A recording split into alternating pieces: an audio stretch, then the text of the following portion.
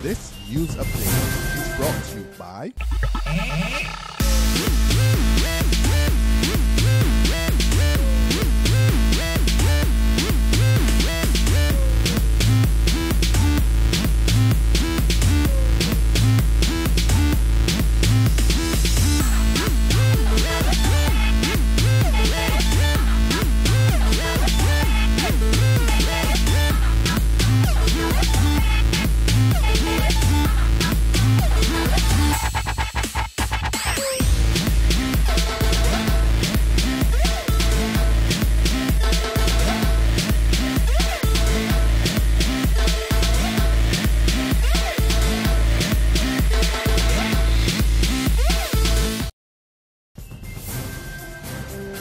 This is the Noon Barbados Today update for Thursday, September 25th, 2014. I'm Dawn Paris. A very good afternoon to you.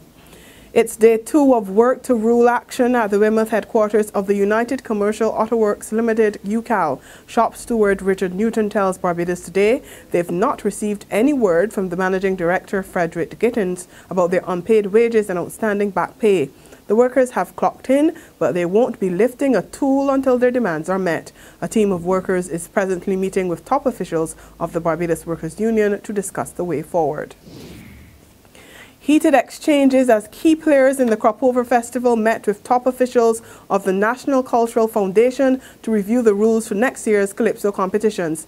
9-time calypso king, the Mighty Gabby, pulled no punches as he took aim at the selection of judges. The songwriter and guitarist made it clear he was dissatisfied with the composition and competence of the judging panel for this year's competitions.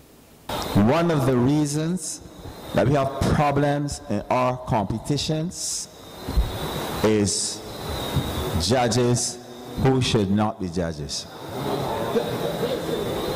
This year, in the Pickety Crop, we had 5 of 7 judges who are piano and violin trained.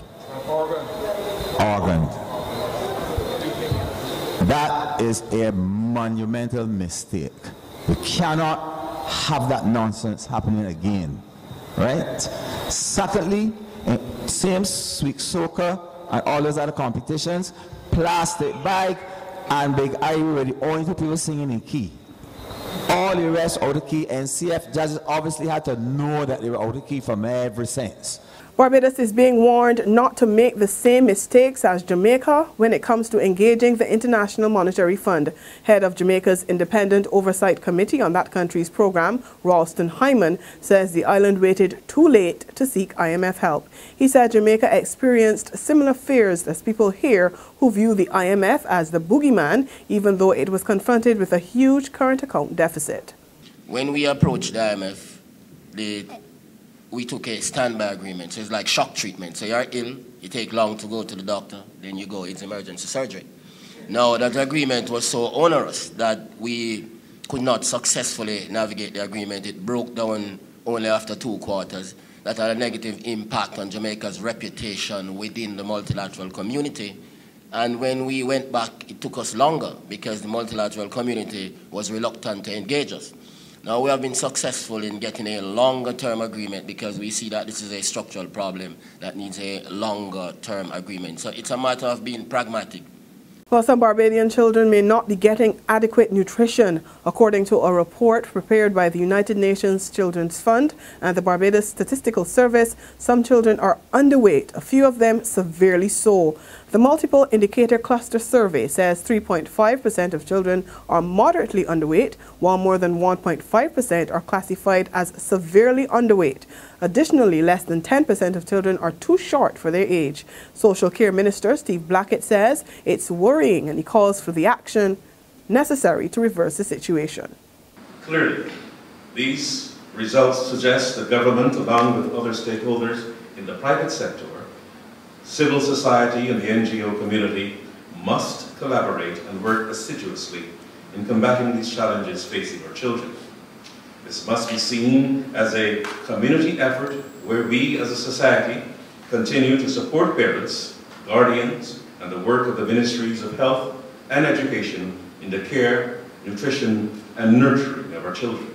There's regional and international news after this short break. Hi, I'm Red Plastic Bag.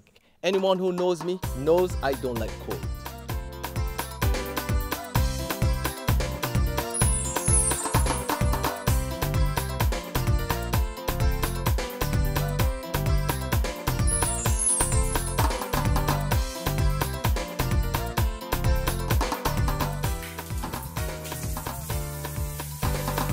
Sunshine reigns in my country. I love it.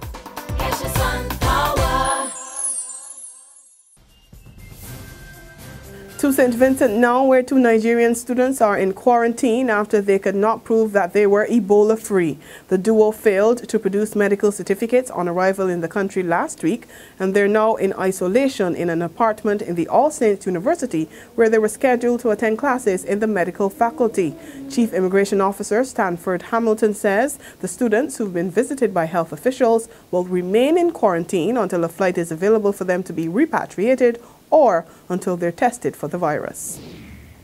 Further afield, the United Kingdom says it's ready to play its part in the fight against ISIS militants. Addressing world leaders at the United Nations, Prime Minister David Cameron made it clear that past mistakes must not be an excuse for inaction on such a threat of terrorism. I am therefore recalling the British Parliament on Friday to secure approval for the United Kingdom to take part in international airstrikes against ISIL in Iraq. My message today is simple. We are facing an evil against which the whole of the world should unite. And as ever, in the cause of freedom, democracy and justice, Britain will play its part.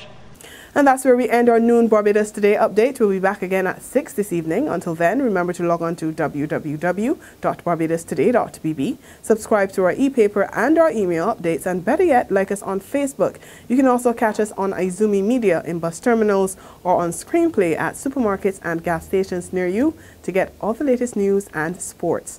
I'm Dawn Paris. Have a great day. This news update is brought to you by